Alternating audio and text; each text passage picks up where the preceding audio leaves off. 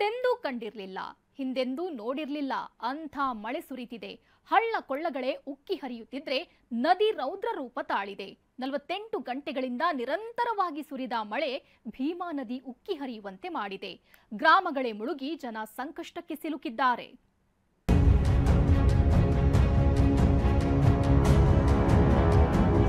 ಹರವಾಳ ಗ್ರಾಮದ ಪರಿಸ್ಥಿತಿಯನ್ನ ನೀವು ನೋಡಬಹುದು. 3-4 ದಿನ ಗೊತ್ತೈತ್ರಿ, ಬಟ್ಟಿಗೆ ಅನ್ನ ಇಲ್ಲ.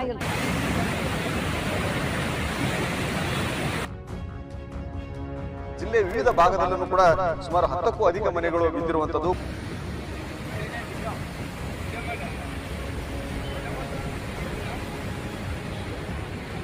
ಸೇತುವೆ ನಡುಗುವಂತ ಬೋರ್ಗರೆತ, ನದಿಯಾರ್ಭಟಕ್ಕೆ ಊರಿಗೆ ಊರೇ ಜಲಾವೃತ, ಮನೆ ಅಂಗಳದಲ್ಲೇ ಸೊಂಟದವರೆಗೂ ನೀರು, ಹೆದ್ದಾರಿಯಲ್ಲಿ ಮೊಳಕಾಲ್ವರೆಗೂ ನೀರು.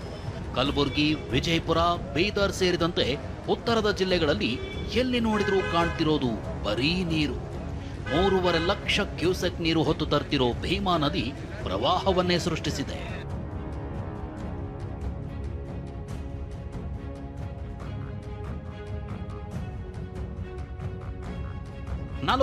ಗಂಟೆ ನಿರಂತರ ಮಳೆ, ರೌದ್ರ ರೂಪ ತಾಳಿದ ಭೀಮೆ.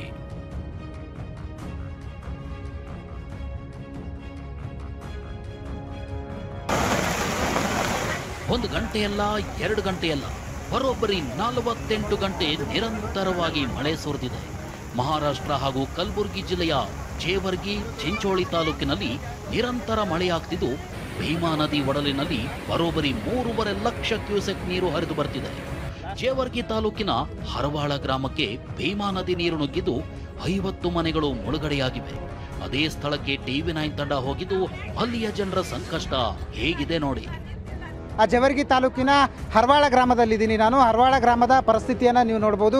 ಯಾವ ರೀತಿ ಇದೆ ಅಂತಂದರೆ, ಇಡೀ ಹರವಾಳ ಗ್ರಾಮದ ಸುಮಾರು 60ಕ್ಕೂ ಹೆಚ್ಚು ಮನೆಗಳಿಗೆ ಏನು ಅಂತಂದರೆ ನೀರು ನುಗ್ಗಿದಂಥ ಪರಿಣಾಮ ಇಡೀ ಏನು ಅಂತಂದರೆ ನೋಡ್ಬೋದು ಯಾವ ರೀತಿಯಾಗಿದೆ ಅಂತಂದರೆ, ಮನೆಯವರೆಲ್ಲ ಏನು ಅಂತಂದರೆ ಹೊರಗಡೆ ಹೋಗೋಕ್ಕಾಗದೇನೆ ಏನು ಅಂತಂದರೆ, ಅಮ್ಮ ಯಾವಾಗ ನೀರು ಬಂತು, ಏನೇನು ಹೋಗಿದೆ ನಿಮ್ಮ ಮನೆಯಂದು? ನಾವು ಎಲ್ಲ ಗಂಗಾಚರಿಗೆ ಹೋಗ್ಯಾವ್ರಿ, ಊಟ ಮಾಡಾವ್ರಿ, ಎಲ್ಲ ಹೋಗ್ಯಾವ್ರಿ. ಸಾಮಾನುಗಳು ಅನ್ನ ಇಲ್ರಿ, ಎಲ್ಲ ಜೋಳ ಬ್ಯಾಳಿ ಎಲ್ಲಾನು ಹರ್ಕೊಂಡು ಹೋಗ್ಯಾವ್ರಿ. ಈಗ ಇಷ್ಟೇನಿಲ್ಲ, ಇವ್ರಿ 3-4 ದಿನ ಹೊತ್ತೈತ್ರಿ, ಬಟ್ಟಿಗೆ ಅನ್ನ ಇಲ್ರಿ.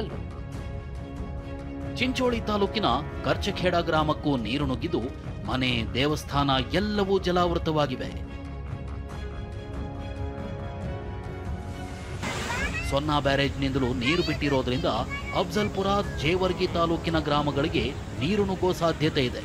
ಜೇವರ್ಗಿ ತಾಲೂಕಿನ ಯಂಕಂಚಿ ಗ್ರಾಮದ ಬಸವೇಶ್ವರ ದೇವಸ್ಥಾನ, ಮಹಾಲಕ್ಷ್ಮಿ ದೇವಸ್ಥಾನ ಮುಳುಗಡೆಯಾಗಿವೆ. ಮುಲ್ಲಾಮಾರಿ ಡ್ಯಾಂ ನೀರು ಹಳ್ಳಗಳಿಗೂ ನುಗ್ಗಿದ್ದು ಸಟಪಟನಹಳ್ಳಿ ಗ್ರಾಮದ ಸಂಪರ್ಕ ಬಂದ್ ಆಗಿದೆ.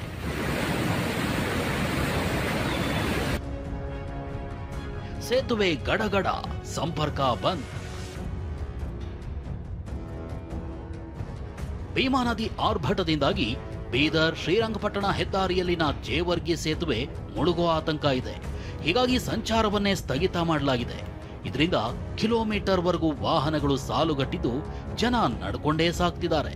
ಜೇವರ್ಗಿ ಹತ್ತಿರ ಇರತಕ್ಕಂಥ ಸೇತುವೆ ಕೂಡ ಏನು ಮುಳುಗಡೆ ಭೀತಿಯನ್ನು ಎದುರಿಸ್ತಾ ಇರತಕ್ಕಂಥದ್ದು. ಬೀದರ್ ಮತ್ತು ಶ್ರೀರಂಗಪಟ್ಟಣ ರಾಷ್ಟ್ರೀಯ ಹೆದ್ದಾರಿ ಏನಿದೆ, ಈ ಹೆದ್ದಾರಿಯನ್ನು ಸಂಪೂರ್ಣವಾಗಿ ಈಗ ಸದ್ಯ ಜಿಲ್ಲಾಡಳಿತ ಬಂದ್ ಮಾಡಿರ್ತಕ್ಕಂಥದ್ದು. ಯಾಕಂತಂದರೆ ಸಾಕಷ್ಟು ಪ್ರಮಾಣದಲ್ಲಿ ನೀರು ಏನು ಅಂತಂದರೆ ಭೀಮಾ ನದಿಗೆ ಹರಿಬಿಟ್ಟಿರ್ತಕ್ಕಂಥ ಹಿನ್ನೆಲೆಯಲ್ಲಿ ಸಂಚಾರವನ್ನು ಜಿಲ್ಲಾಡಳಿತ ಬಂದ್ ಮಾಡಿದೆ. ಇತ್ತ ಕೊಪ್ಪಳದ ಓಜನಹಳ್ಳಿಯಲ್ಲಿ ಹಿರೇಹಳ್ಳ ಉಕ್ಕಿ ಹರಿತಿದ್ದು ಬಹಿರ್ದೆಸೆಗೆ ಹೋಗಿ ಹಳ್ಳದ ನಡುವಿನಲ್ಲಿ ಸಿಲುಕಿದ್ದ ನಿಂಗಪ್ಪ ಎಂಬಾತನನ್ನ ಅಗ್ನಿಶಾಮಕ ಸಿಬ್ಬಂದಿ ರಕ್ಷಿಸಿದ್ದಾರೆ. ಬಾಗಲಕೋಟೆಯಿಂದ ರವಿ ಮುಖಿ ಜೊತೆ ದತ್ತಾತ್ರೇಯ ಪಾಟೀಲ್, TV9 ಕಲಬುರಗಿ.